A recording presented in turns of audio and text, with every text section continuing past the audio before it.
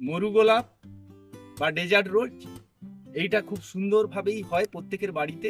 এর কডেক্সটা দেখুন কত সুন্দর কডেক্স, আর ফুলও যে পরিমাণে হয় সেটাও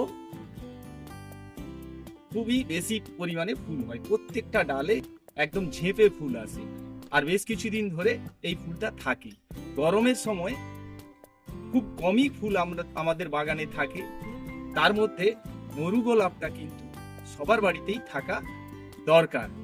আর এর পরিচর্যাও খুব যে বেশি তা নয়, যত্নার্থীও খুব বেশি করতে হয় না। ফুল আসার আগে আপনারা বা এর পর প্রত্যেক মাসে 1 চামচ পটাশ 0050 আর সুপার ফসফেট এর চারদিকে দিয়ে দেবেন, তাহলেই দেখবেন যে ফুলে ভর্তি হয়ে যাবে। এর কাটিং করেছিলাম 60 দিনের কাছাকাছি আগে, তার ভিডিও আমার চ্যানেলে আছে, দেখে নেবেন। আর এখন দেখুন কি পরিমাণ ফুল এসেছে।